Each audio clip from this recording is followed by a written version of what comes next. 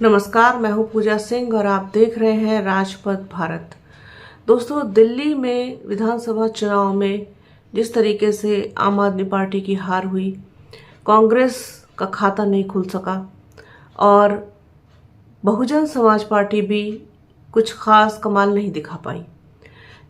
क्या है इन सब के पीछे का कारण, या क्यों इस तरीके से बसपा का ग्राफ लगातार नीचे गिर रहा है?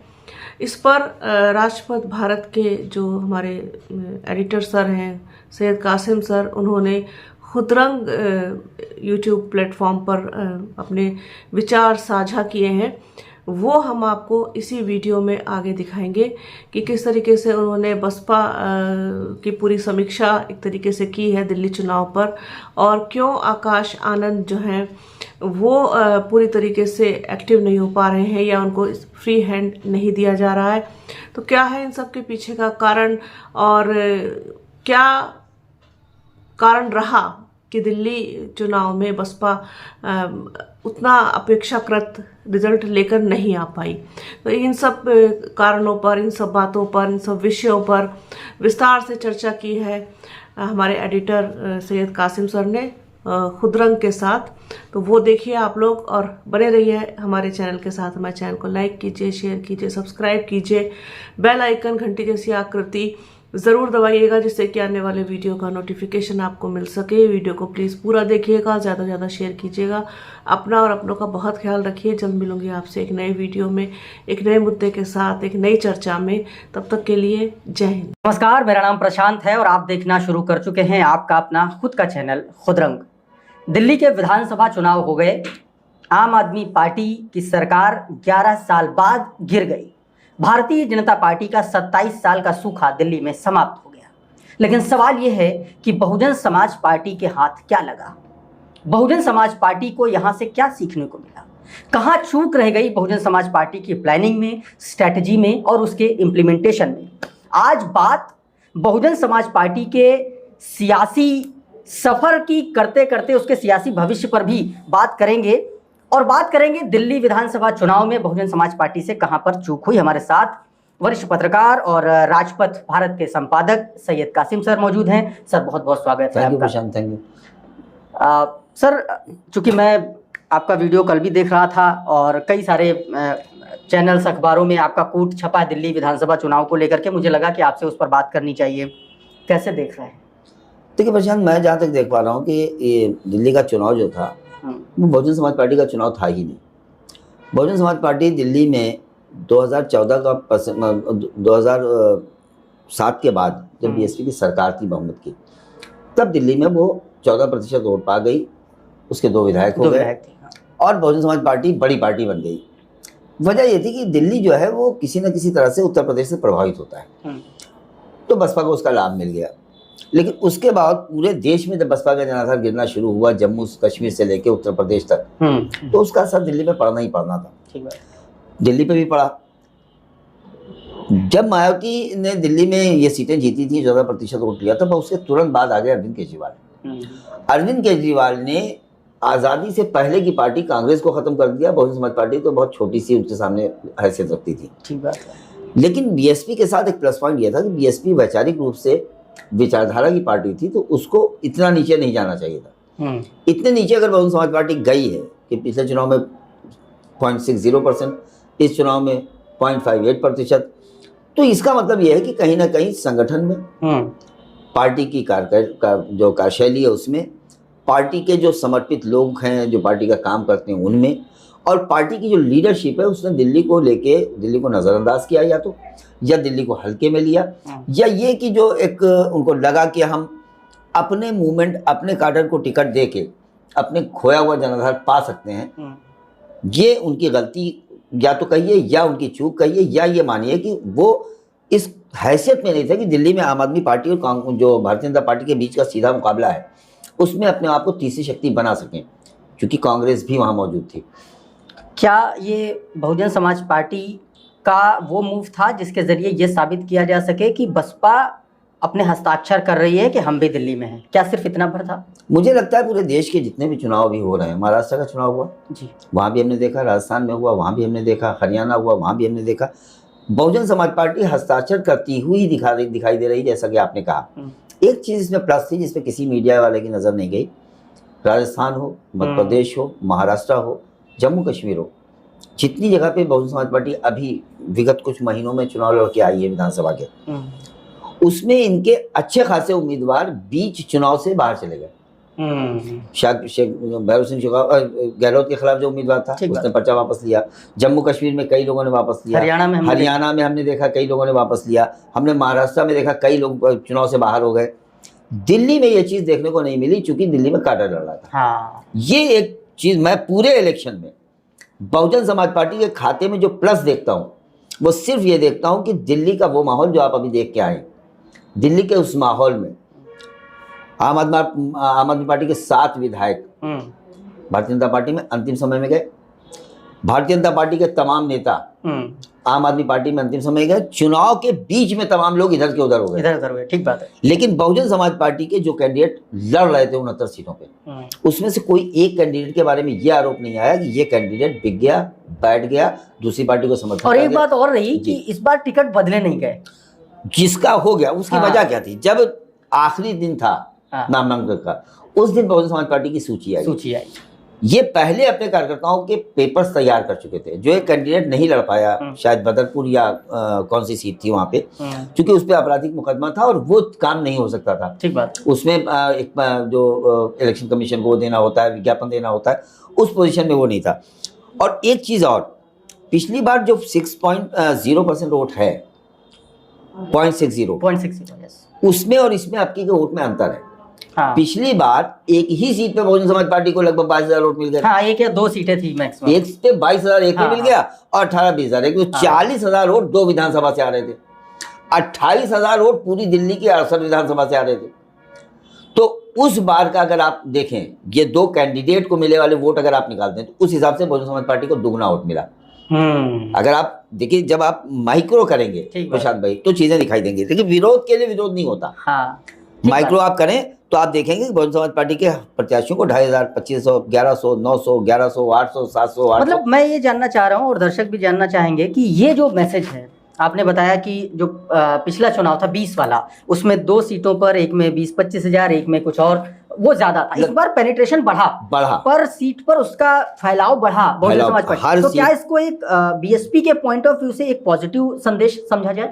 हाँ, ये माना जा सकता है कि बहुजन समाज पार्टी के जो लोग कार्यकर्ता हैं, वो कम से कम उन कार्यकर्ताओं ने, जो बूथ के एक्टिव पदाधिकारी हैं, जो सेक्टर के एक्टिव पदाधिकारी हैं, कम से कम उन्होंने बहुजन समाज पार्टी को अपनी विचारधारा पे वापस आके वोट कर दिया। ठीक बात है। वरना पिछले इलेक्शन से 20 से अगर आप देखेंगे, 20 में उनके मूल पदाधिकारियों का भी वोट उनको नहीं मिल रहा है। जब आप इन 2 सीटों को माइनस करेंगे, जब आपकी 40,000 वोट 2 कैंडिडेट में चले गए और 28,000 वोट आपको 58 सीटों में मिल रहे हैं, तो आप अगर एवरेज निकालेंगे तो किसी किसी सीट पर 100 वोट मिला है।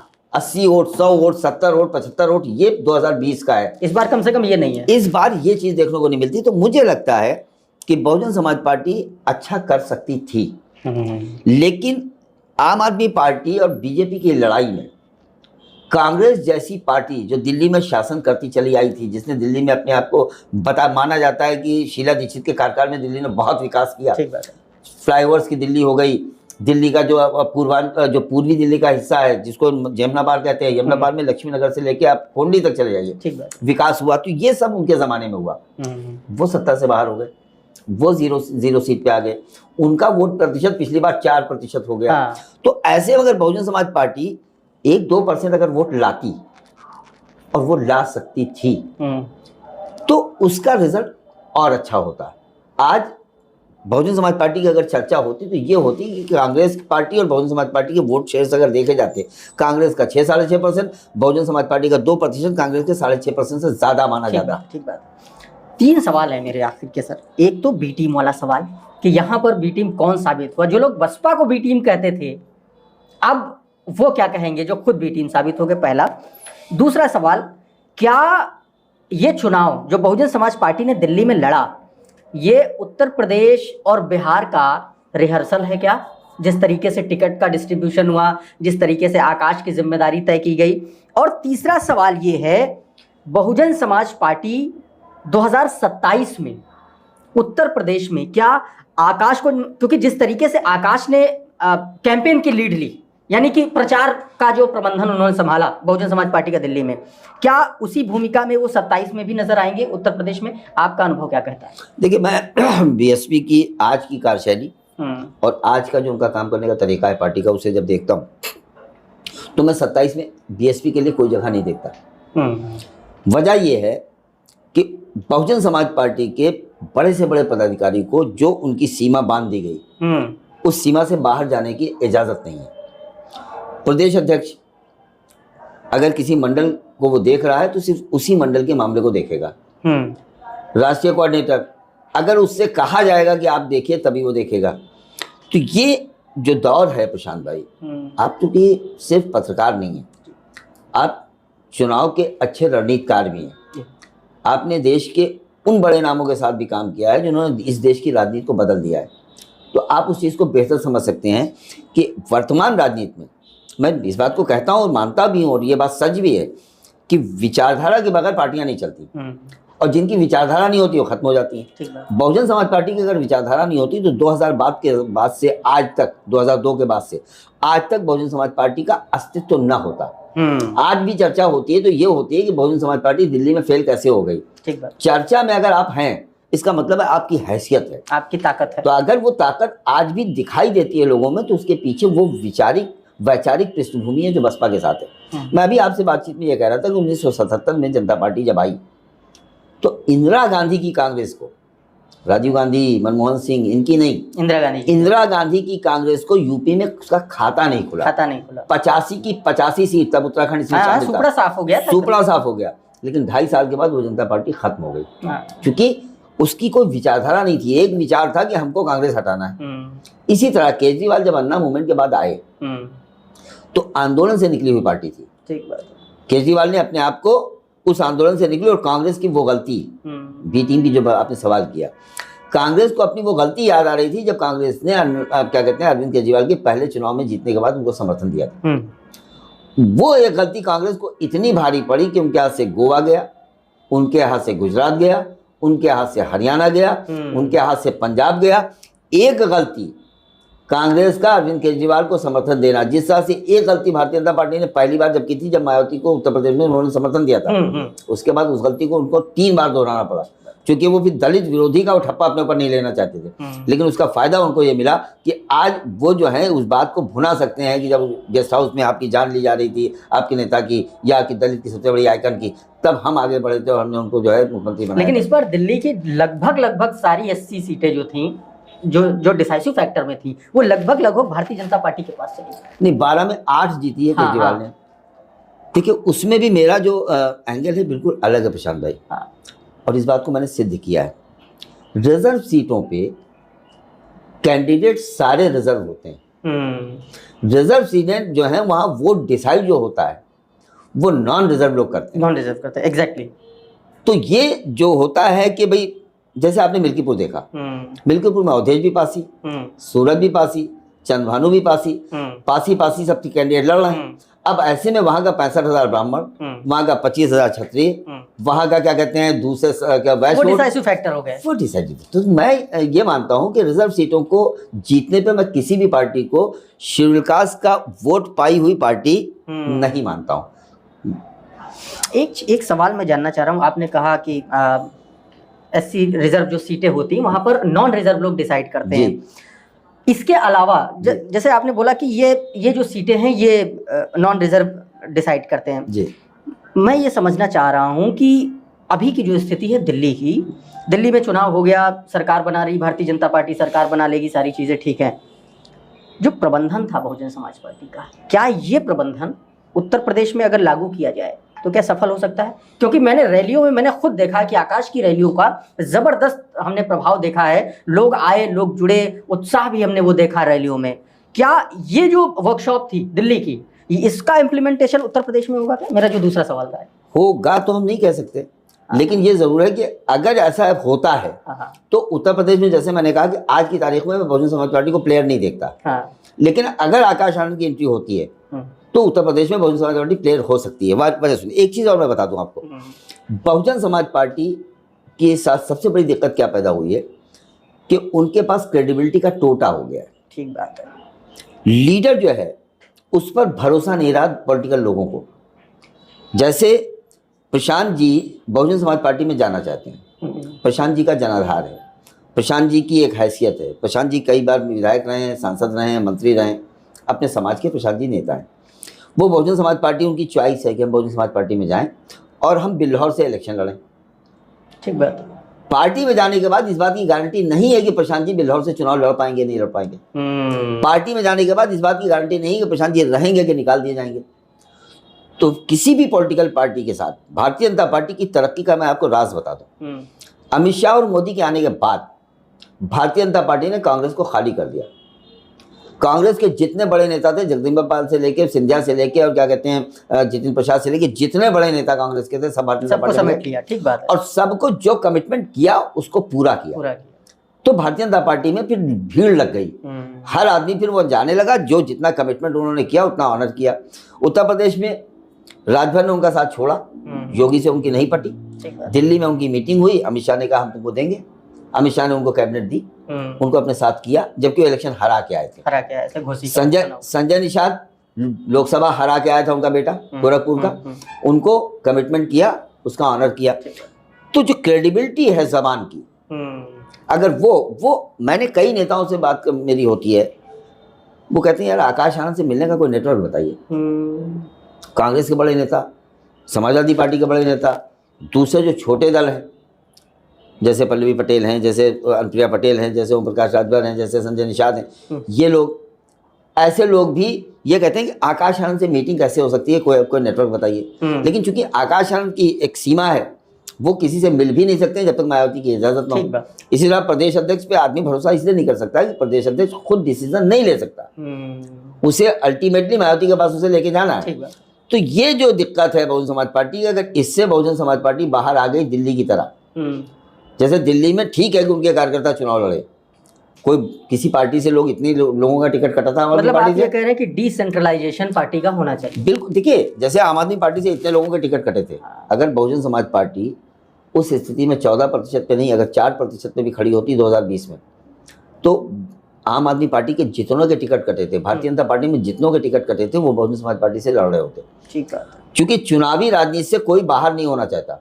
राजनीति में, चुनावी राजनीति में बने रहना ही जीवन उनको देता है। ठीक बात। वो लड़ते 10,000, 12,000, 9,000, 11,000 वोट पाते तो उनकी एक हैसियत बनी रहती है आने वाले कल के लिए। हाँ, एक मोटिवेशन रहता है। तो वहां पर यह हुआ कि कोई आपकी पार्टी में शामिल नहीं हुआ। वजह यह थी कि वो शामिल होना चाहता था, लेकिन जिन लोगों को प्रभारी बनाया गया है, जिन लोगों को दिल्ली सौंपी गई है, उनकी इतनी हैसियत नहीं है कि मायावती से मिला सके। तो ये चीज अगर उत्तर प्रदेश और बिहार में नहीं रही तो Bahujan Samaj party, no doubt आज भी बहुजन समाज पार्टी को लोग पसंद करते हैं।